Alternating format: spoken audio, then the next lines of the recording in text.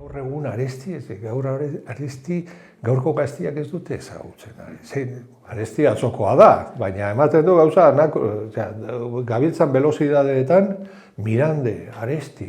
Azkenean, heldu zion ku poema horri, eta hasi zan prestatzen, eta halako baten konturatu zen, gelditzen zitzaiola pizkat motz rezital bat izateko. Orduan, esan zian, bazeukat ze ingo deun. Nik ingo dia ku poema pentsatuta daukadan bezala,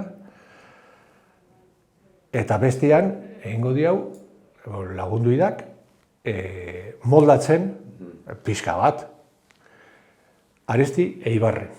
Egingo diau teatralizatu pizka bat, eta hor sartu zuan Ignacio Tolosa. Kandidok hartzen du narradorearen lekua eta Ignacio Tolosa da Aresti. Hitz egiten dio narradoreak Arestiri. Noraua Gabriel Aresti, gabardin horretan bilduta.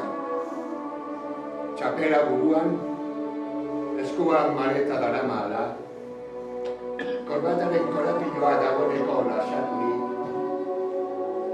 Bilbotik goizeko lehenengo trenean iritsi berri, Eibarko estazio kalean barrena ibiltari.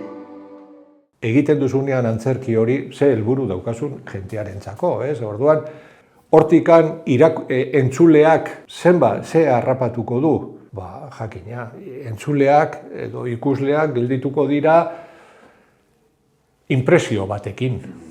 Ba, esan duguna, da mito bat. Eta niri orain ere hori interesatzen zait. Orain ere. Zu euskaltegi batian zaudenean, edozein hizkuntzatan interesatzen, hizkuntza hori eta literatura hori interesatzen bazaizu, bilatu behar dituzu ereduak. Eta niretzat bezala pentsatzen dut beste askorentzat, Aresti izan eredu bat. Irakurtzen genduen Aresti, haren poesia, haren bizitza, haren zer egin zuan, zer ez zuan egin. Jakin behar dugu, ze pentsatzen duzu Arestiri buruz. Kaldera horiek gaur egun igual segitzen dute.